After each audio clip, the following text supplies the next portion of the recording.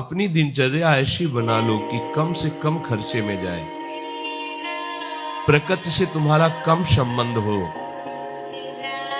भले हर सामग्री, हमने संत जनों को देखा है उतना ही पानी प्रयोग करते हैं जितनी आवश्यकता है। ऐसा नहीं टूटी खोल दी पानी बह रहा है, उतनी ही प्रकाश, नहीं तो बंद कर दिया, अंधेरे में बैठे शांत भगवत चिंतन।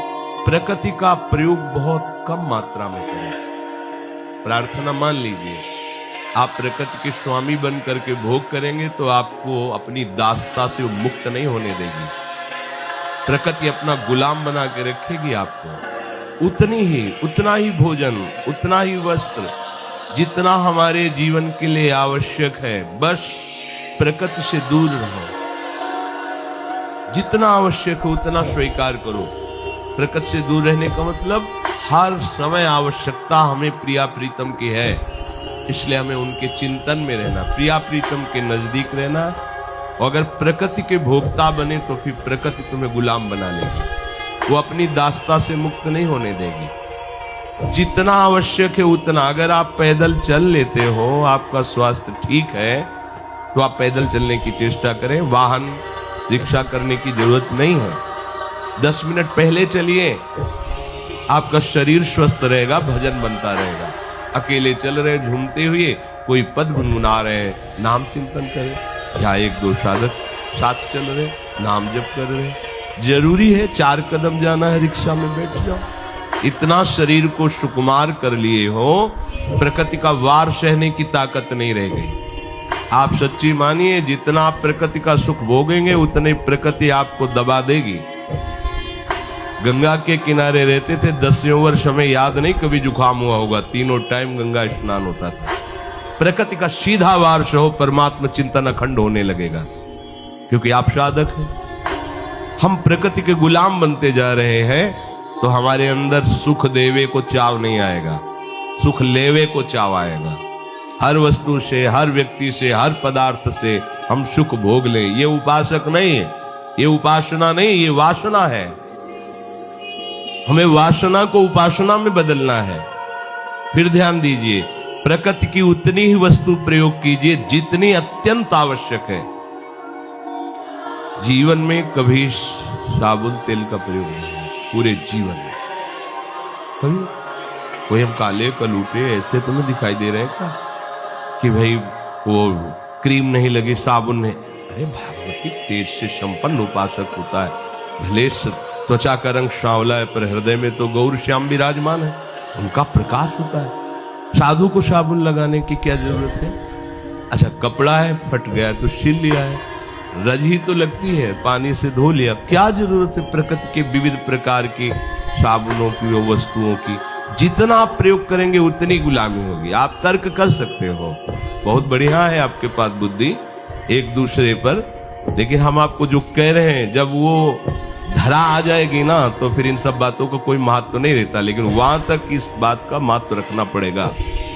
अगर आप प्रकृति का भोग करेंगे तो प्रकृति आपको मुक्त नहीं होने देगी। शब्द याद कर लीजिए, वृंदावन के सिवा कभी जीवन में ऐसे मंजन नहीं हुआ। कोल गिटा दीजिए कहते कभी, गंगा जी की बालू वही ऐसे हुई। कभी कहीं 1 रुपए का खर्चा जीवन में नहीं। चाय कभी नहीं पी।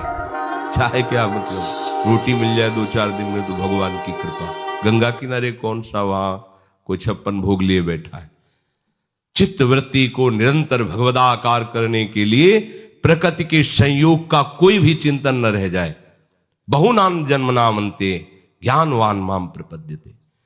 ऐसे थोड़ी भगवदानंद की अनुभूति होती है। जवान हो, स्कूटी में भर भर घूम रहे हो, इधर उधर भागे घूम रहे हो, अत्यंत आवश्यक बात है, कोई ऐसी है कि अमुक समय पहुंचना ही तो ठीक है। नहीं, आराम से टहलते हुए जा रहे हैं, राधा वल्लभ श्री हरिवंश चिंतन करते चले जा रहे हैं। ये जो आपकी सुख वृद्धि बुद्धि में आ गई है प्रकृति जन्य भोगने की, ये आपको परमात्मा प्राप्ति होने में बाधा खड़ी करती रहेगी। आप ध्यान से सुन लो। हम बहुत अच्छे अच्छे महापुरुषों का गंगा किनारे दर्शन, स्पर्श, संभाषण आदि प्राप्त हुआ, देखा है।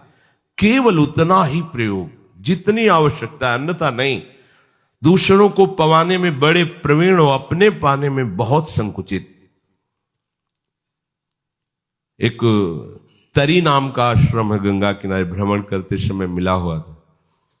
श्री पूज्य स्वामी सुरेशानंद जी महाराज, कई संत पहले से वहां विद्यमान थे और भी संत, और जब सबको ऐसे लगता था जैसे बहुत पूर्व परिचित है, बड़े प्यार से सबको गुलगुला, पुआ, खीर, क्या क्या बनवाया, और ऐसे उल्लसित जैसे कोई बालक आनंदित होकर के पवा रहा हो। दौड़ दौड़ के दिगंबर रहते थे, नंग धड़। जब कोई माता बहनें आ जाती थी तो एक अचला ऐसे डाल लेते थे। परमहंस थे। आश्चर्य में उनकी वृत्ति देखी, संतों को पवाने में इतने आनंदित। पाले वो पीछे एक कुटिया मिट्टी की थी, उसमें पता लगा कि नई अवस्था थी तो खोज रहती थी संत महात्माओं की वृत्तियों को देखना, उनकी एक एक चेष्टा को देखना, उनकी एक एक बात को पकड़ना। तो गए उनकी कुटिया में, ऐसे दरवाजा उड़का हुआ था, प्रार्थना की महाराज जी आ सकते हैं? उनका हाँ, खुला। पहली बार दर्शन हुआ, केवल तखत पड़ा हुआ है, कोई गद्दा नहीं, कोई आसन नहीं। ऐसे दिगंबर बैठे हुए, हाथ में 2 रोटी है और बैंगन का भरता है, और ऐसे पा रहे थे।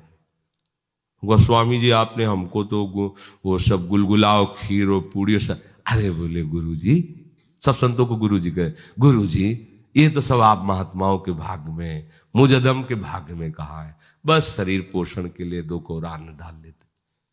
कितने चतुर शिरोमणि हैं, दूसरों को सुख देने में इतने प्रवीण। आप देखते तो उल्लसित हो जाते कि मतलब इतना स्नेहीपन, इतना घनिष्ठतापन संतों से। दौड़ दौड़, अरे आप और खीर लीजिए, आप, और आप क्या पा रहे हैं? आप किस में सो रहे हैं? नए नए कंबल सबको बंटवाए, आप कैसे रह रहे हैं? ऐसे चमड़ा मोटा हो गया था, बस गंगा में डुबकी लगा ली, जटाएं बनी हुई। ये है भगवदानंद का अनुभव करने वाले महापुरुष।